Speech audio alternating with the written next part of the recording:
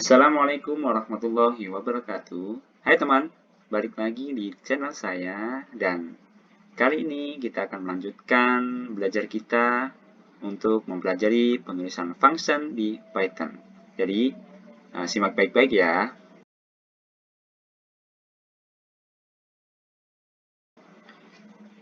Oke, langsung saja. Untuk kita belajar menulis function di Python, kita akan bikin directory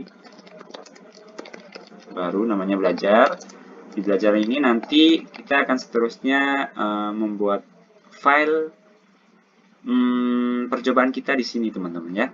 Jadi dimulai dari pembuatan function yang baik dan benar di Python. Nah, sebelum saya jelaskan pembuatan function, di sini untuk selanjutnya saya akan menggunakan editor VI atau Vim. Vim itu adalah improved version, jadi versi yang sudah lebih bagus, lebih banyak fiturnya ketimbang VI. Apa itu VI? Kalian bisa searching di Google ya teman-teman. Jadi ini VI itu seperti editor yang dia jalan di terminal. Jadi kalian tidak perlu buka GUI lagi, jadi tinggal panggil VI di terminal. Jadi kenapa saya pakai VI teman-teman? Karena VI ini sangat lengkap dan memaksa kalian untuk bisa mengetik 10 jari. Jadi dari mulai shortcutnya, dari mulai dia sangat enteng dan banyak keunggulan lain yang dimiliki oleh VI daripada editor yang lain. Untuk mungkin kalau kalian penasaran atau nanti kita akan coba untuk buatkan video terpisah bagaimana menginstal VI dan tutorial dasar menggunakan VI. Nah, untuk sekarang kita lanjut lagi untuk pembahasan penulisan function di Python. Oke, menggunakan VI kita tulis atau bikin file baru namanya func.py. Ingat, extension di Python itu berakhiran py ya teman-teman. Jadi dari kemarin kita hanya belajar di konsol, sekarang kita benar-benar menulis code itu di sebuah file. Nah, penulisan function itu diawali dengan def dan diikuti dengan nama function itu apa. Misalkan kalian ingin membuat function menjumlahkan dua bilangan, maka namanya kita misalkan yaitu add, dan setelah nama function ini adalah kurung buka, kurung tutup, lalu diikuti oleh titik 2. Untuk mengembalikan nilai dari function sendiri itu menggunakan return. Return 4 ditambah 5. Seperti ini teman-teman. Jadi sangat mudah untuk membuat function di Python. Untuk memanggil function sendiri di Python juga sangat mudah. Tinggal panggil nama functionnya apa dan kurung buka, kurung tutup. Seperti ini. Ini adalah minimal function atau minimal penulisan function di Python. Oke, kita bisa coba untuk memanggil file ini atau menjalankan file ini. Apakah di sini terjadi error atau tidak, teman-teman? Jadi kita masuk ke directory belajar. Kita buat dua tab ya atau dua screen supaya kita bisa lihat coding dan hasil outputnya secara bersamaan. Nah, caranya untuk memanggil atau menjalankan file Python tadi, tinggal Python 3, filenya namanya apa. Seperti ini teman-teman. Jadi ketika tidak ada keluaran apapun, berarti function atau file yang kalian tulis itu sudah benar. Nah, kalau kalian ingin mencetak variabel hasil penambahan 4 dan 5 ini, misalkan kita simpan di variabel A, kita panggil function print. Ini function print ini bawaan dari Python untuk mencetak di sistem output teman-teman. Atau ya seperti ini. Oke, coba kita panggil lagi dan keluar 9. Oke. Nah, selanjutnya saya akan jelaskan tentang argumen. Jadi di function kita ada dua parameter yang kita bisa masukkan di function itu yang nantinya menjadi parameter tambahan ketika memanggil function tersebut, teman-teman. Jadi ada argumen dan yang kedua adalah keyword argumen. Argumen itu harus dimasukkan kalau keyword argumen bersifat opsional. Untuk argumen kita langsung tulis di sini variabel, misalkan di sini x dan y. Dan misalkan kita 4 dan 5 ini kita bisa peroleh dari penambahan variabel x dan penambahan variabel y. Ketika kita memanggil function add, berubah menjadi 4,5 karena di sini ada dua argumen yang harus kita masukkan value-nya. Ingat, argumen itu bersifat wajib untuk kita masukkan value-nya. Kalau kita tidak masukkan value-nya, dia akan terjadi error. Dan hasil yang kita dapat dari function ini seperti yang tadi, karena value yang kita masukkan adalah 4 dan 5, yang mana 4 ini akan diterjemahkan menjadi variabel x di sini, dan 5 ini diterjemahkan menjadi variabel y di sini. Jadi A sama dengan 4 ditambah 5. Jadi kalau kita running Python 3 function.py, kita tetap akan mendapat keluaran yaitu 9. Oke, itu untuk argumen. Nah, yang seperti saya jelaskan tadi, argumen ini bersifat harus atau wajib diisi. Kalau tidak diisi salah satu atau keduanya, maka akan terjadi error. Seperti ini penulisannya. Kalau kita hanya masukkan variabel x untuk parameter argumen memanggil function add ini, dan y belum kita masukkan, maka ketika kita panggil functionnya atau running file ini, dia akan terjadi error missing one required position argument y. Add kekurangan required positional argument y, karena y kalian tidak masukkan nilainya, teman-teman. Itu untuk argumen. Nah, keyword argumen adalah argumen yang sudah dilengkapi dengan default.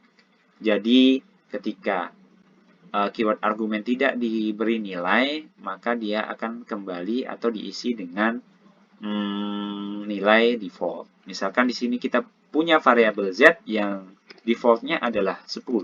Ketika kita panggil add 4,5, maka yang diisi di sini hanya x sama dengan 4 dan y-nya 5. Z-nya kita tidak isi, maka dia otomatis diisi dengan angka 10. Jadi ketika kita di sini operasinya kita tambah variabel z, maka ketika 4 ditambah 5 dan z-nya 10, hasilnya adalah 19.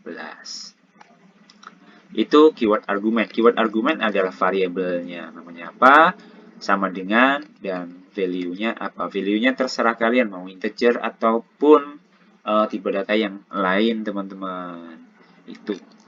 Nah, gimana kalau kita ingin override atau mengganti value dari variabel z ini? Kita tinggal masukkan saja di sini.